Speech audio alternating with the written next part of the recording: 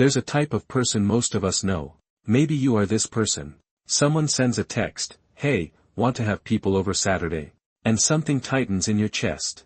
Not anxiety exactly. Something older than that. Something quieter. You say you're busy. You're not busy. And the strange part, you genuinely like the people you're turning down. You'd have a fine time if you went. But the thought of them coming to your space, that's different. That's a whole other thing entirely. This isn't rudeness. It isn't antisocial disorder. It isn't even introversion, not entirely. What's actually happening inside people who dread hosting runs so much deeper than, "I just need alone time." And almost nobody talks about it honestly. So let's first understand what a home actually represents psychologically. Researchers in environmental psychology describe personal living spaces as identity territories. Your home isn't just a location. It's a physical extension of your internal world. The stack of books by the couch. The unwashed dishes you haven't gotten to. The way your bedroom door sits open. These aren't just objects and habits. They're exposed thoughts. When someone enters that space, something primal activates. A monitoring system deep in the brain starts scanning. What will they notice? What will they conclude? What am I accidentally revealing?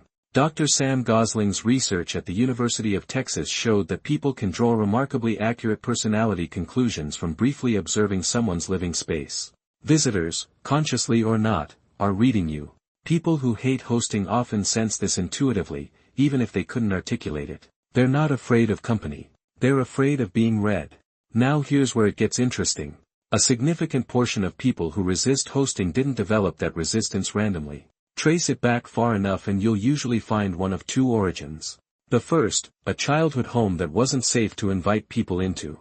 Maybe finances were unpredictable. Maybe a parent drank. Maybe the house was chaotic in ways that felt shameful to a 10-year-old standing at the front door deciding whether to let a classmate in. Kids in those situations learn to keep the two worlds permanently separated. Outside life stays outside. The home remains sealed, private, controlled. That sealed door instinct doesn't dissolve when they grow up and move out. It migrates. It becomes a default setting so embedded they've forgotten it ever had an origin. The second origin is almost the opposite. Some people grew up in homes where hospitality was performed relentlessly. Company came constantly. The house had to be spotless. Everyone had to smile. Children were conscripted into this performance whether they wanted to participate or not. Those kids learned that having people over isn't relaxation. It's labor. It's theater. And theater is exhausting. Both groups arrive at adulthood with the same outcome through completely different roads. There's a concept in neuroscience called allostatic load. It refers to the cumulative wear that stress places on the body over time. For most people, socializing produces some allostatic load that sleep recovers. For hosting-averse individuals, something different happens neurologically. The preparation phase alone triggers a stress response. Mental checklists start running hours, sometimes days in advance. Is there enough seating? Will there be enough food? What if someone needs something I can't provide? What if nobody talks and the silence becomes my fault? This anticipatory anxiety is often more draining than the event itself. By the time guests actually arrive, the host has already been mentally working for 12 hours straight. And here's the part that never gets acknowledged. When you're a guest somewhere, you can leave. Anytime you want. You feel uncomfortable, you manufacture an excuse, you disappear. When you're hosting, you are trapped inside the event you created. There's no exit that isn't an insult. That asymmetry matters enormously to certain nervous systems. Control is another layer worth examining carefully. People who fiercely protect their domestic space often have what psychologists describe as a high need for environmental predictability. Not control freaks in the dismissive sense. Something more nuanced. They've arranged their world in a way that works for them. Objects are where they belong. Rhythms are intact. The atmosphere is calibrated to their specific nervous system requirements. Guests disrupt all of that. Unpredictably. Someone moves your chair. Someone opens a window. Someone starts a topic that changes the energy of the room and suddenly your own home doesn't feel like yours anymore. What they're protecting isn't tidiness. It's regulation. The home functions as an external nervous system, an environment precisely tuned to keep them stable. Intrusions into that system feel genuinely destabilizing, not dramatic, not precious. Just real. Then there's the performance pressure that attaches specifically to hosting rather than simply socializing. When you visit someone else's space, you show up as yourself. When you host, you become responsible for everyone's experience. If conversation stalls, that's on you. If someone seems uncomfortable, that's yours to fix.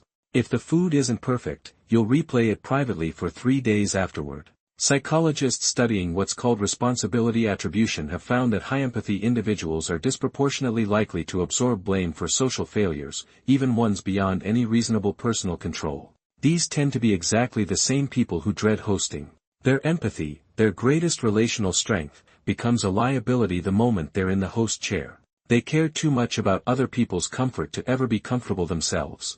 Social media created something new that made all of this measurably worse. Before everyone carried a camera, a dinner gathering stayed contained. Imperfect moments dissolved by Monday morning. Now, a guest can photograph your space without asking, can post it, can tag you. The informal private event suddenly becomes a document, evidence of how you live, curated by someone else's lens with zero input from you. For people already protective of their personal territory, this transformed hosting from something mildly stressful into something requiring genuine courage. Because now being a bad host, or simply having an ordinary human home, isn't just a memory. It's potentially content. Here's what most people misread about this personality type. They assume it's about not caring. About being cold or withholding. About thinking they're too good for company. It's usually the exact opposite. The people who most resist hosting frequently spend enormous amounts of mental energy thinking about others. Worrying whether people are genuinely okay.